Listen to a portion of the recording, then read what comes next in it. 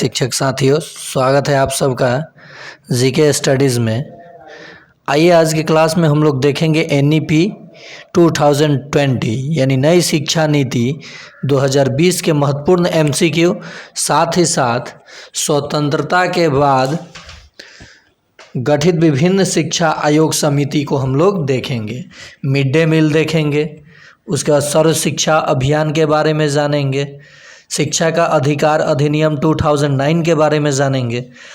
तो अगर इन सभी प्रश्नों को आप देखना चाहते हैं तो अंत तक बने रहिए इस चैनल पे।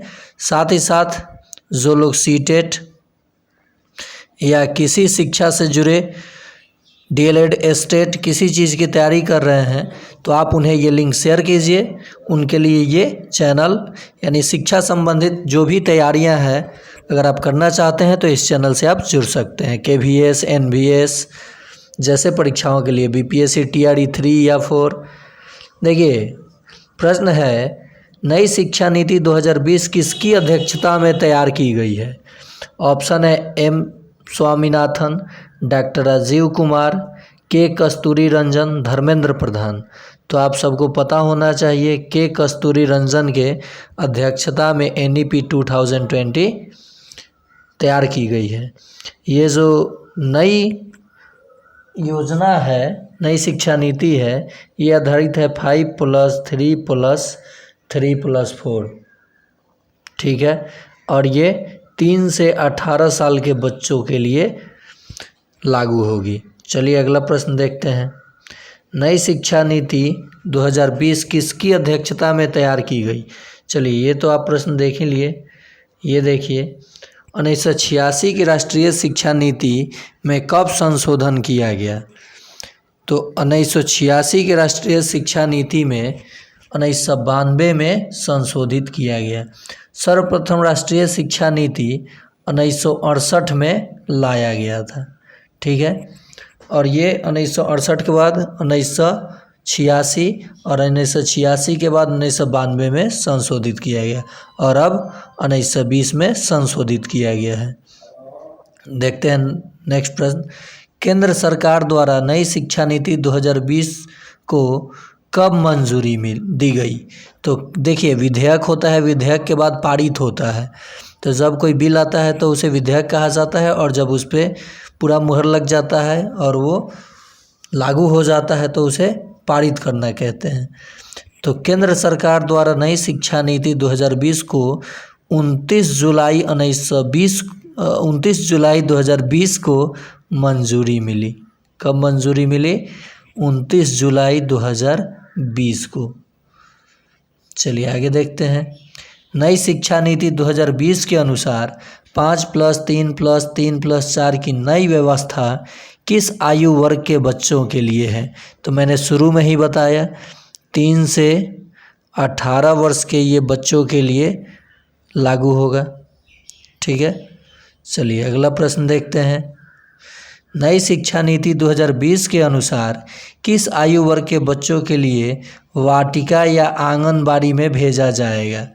तो कितने वर्ष के बच्चों को वाटिका या आंगनबाड़ी में भेजा जाएगा? अभी आपने देखा 3 से 18 के लिए ये तैयार किया गया है और ये नई शिक्षा नीति 2020 के अनुसार किस आयु वर्ग के बच्चों को बाल वाटिका या आंगनबाड़ी में भेजा जाएगा? तो 3 वर्ष के बच्चों को। कितने वर्ष के बच्चों को? 3 वर्ष के बच्चों को, ओके। मतलब 3 वर्ष से नीचे के बच्चों को। देखिए 3 से 18 वर्ष तो आप देख लिए, ओके। चलिए आगे देखते हैं। नई शिक्षा नीति में प्री स्कूल से माध्यमिक स्तर तक में 100% सकल नामांकन अनुपात का लक्ष्य कब तक रखा गया है? तो ये लक्ष्य 2030 तक रखा गया है। अगला प्रश्न। नई शिक्षा नीति 2020 के तहत मानक निर्धारित करने के लिए किस संस्था का गठन किया गया है? तो which institution will be form to set a standard under the new education policy 2020? तो ये परख किसके अंतर्गत? तो परख के अंतर्गत। परख का आप लोग फुल फॉर्म कमेंट में बताइएगा, ठीक है। स्टैंड फॉर परख। और एक चीज़ और, अभी ट्रेनिंग चल रहा है FLN का, इसका भी फुल फॉर्म आप बताइएगा, ये आगे मैं प्रश्न में बताऊंगा। नेक्स्ट है, शिक्षा का अधिकार अधिनियम 2009 कब लागू हुआ? तो शिक्षा का अधिकार अधिनियम 2009 लागू हुआ 1 अप्रैल 2010 को, 1 अप्रैल 2010 को। इसके अंतर्गत 14 वर्ष तक के बच्चों को, 6 से 14 वर्ष तक के बच्चों को निःशुल्क और अनिवार्य शिक्षा देना था, अनिवार्य शिक्षा। और ये भारत जब लागू किया तो भारत पूरे विश्व में 135वां देश बना शिक्षा का अधिकार अधिनियम लागू करने वाला। ये भारत 135वां देश बना। और प्रथम देश प्रसा जिसको हम लोग बोलते हैं। चलिए आगे देखते हैं प्रश्न। शिक्षा का अधिकार अधिनियम किस संविधान संशोधन के बाद आया? तो शिक्षा का अधिकार अधिनियम 86वां संविधान संशोधन, 86वें संविधान संशोधन के बाद आया। और एक चीज़ और मैं बता दूं, शिक्षा का अधिकार आपको अनुच्छेद 21A 21 क में जिक्र किया गया है। अगर कहीं पे राष्ट्रपति शासन लागू होता है तो ये अधिकार आपके पास छोड़कर बाकी सारे अधिकार निलंबित हो जाते हैं।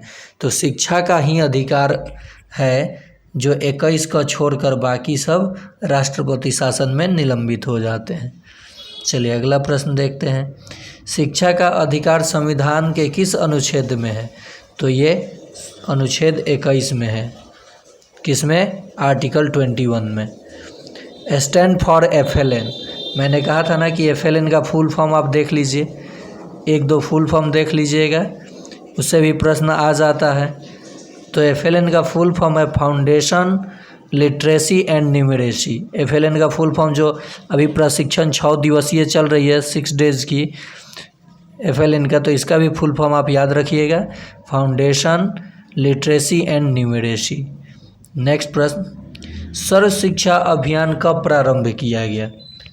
बताइए, सर्व शिक्षा अभियान कब प्रारंभ किया गया? तो सर्व शिक्षा अभियान 2001 में प्रारंभ किया गया। ऐसे कब प्रारंभ किया गया? 2001 में। नेक्स्ट, मिड डे मील कब प्रारंभ हुआ? तो मिड डे मील 15 अगस्त 1995 को प्रारंभ हुआ। अब देखिए, भारत भी 15 अगस्त 1947 को आज़ाद हुआ, तो 15 अगस्त याद रखिएगा 1995 को मिड डे मील प्रारंभ हुआ। शुरू में 3 kg गेहूँ दिया जाता था बच्चों को, लेकिन 1 सितंबर 2004 से मध्याह्न भोजन के रूप में ये मिड डे मील चालू कर दिया गया। सबसे पहला राज्य कौन? तो तमिलनाडु। सबसे पहला राज्य तमिलनाडु। मिड डे मील लागू करने वाला भारत का पहला राज्य तमिलनाडु, याद रखिएगा। स्वतंत्रता के बाद भारत में प्रथम शिक्षा आयोग कौन सा था? तो स्वतंत्रता के बाद भारत में सर्वप्रथम शिक्षा आयोग था रामकृष्ण मिशन आयोग। कौन सा था? रामकृष्ण मिशन आयोग। और यह आयोग जो था ये 1948 में, कब? 1948 में रामकृष्ण जी की डॉक्टर राधाकृष्णन की अध्यक्षता में विश्वविद्यालय शिक्षा आयोग का गठन किया गया। ठीक है, आगे देखते हैं। कोठारी आयोग के अध्यक्ष कौन थे? तो ये भी शिक्षा से जुड़ा हुआ आयोग है, जो 4 जुलाई 1964 को भारत सरकार ने डॉक्टर दौलत सिंह कोठारी की अध्यक्षता में स्कूली शिक्षा प्रणाली को नई दिशा देने के उद्देश्य से आयोग का गठन किया। तो कोठारी आयोग के अध्यक्ष कौन थे? तो अध्यक्ष कौन थे? दौलत सिंह। देखिए कैसे याद रखिएगा, कोठा यानी बड़े बड़े महल, कौन बनाएंगे? जिनके पास पैसा होगा, और जिनके पास पैसा होगा उन्हें दौलतमंद इंसान कहते हैं। दौलत होगा तब ना आप बड़ा कोठा बनाइएगा, बिल्डिंग। तो ये इसके अध्यक्ष कौन थे? दौलत सिंह। और ये कब गठन किया गया इसका? तो 4 जुलाई 1964 को। प्रथम बार राष्ट्रीय शिक्षा नीति कब आया? तो प्रथम बार राष्ट्रीय शिक्षा नीति 1968 में आया। उसके बाद 1986, इसी का संशोधन हुआ 1992। अब हो गया है NEP 2020। ठीक है, 5+3+3+4, और ये 3 से 18 वर्ष के बच्चों पे लागू होता है। नेक्स्ट, तो देखिए इन सभी महत्वपूर्ण प्रश्नों को आपने देखा, तो इसे लाइक कीजिए और आगे अपने शिक्षक साथियों को शेयर कीजिए। आज के लिए इतना ही, और मेरा बेस्ट विशेष आप सबके लिए कि कल आपका जो एग्ज़ाम है आप बेहतर तरीके से करके आएँ और आपका रिज़ल्ट अवश्य हो, ये मेरा दुआ रहेगा।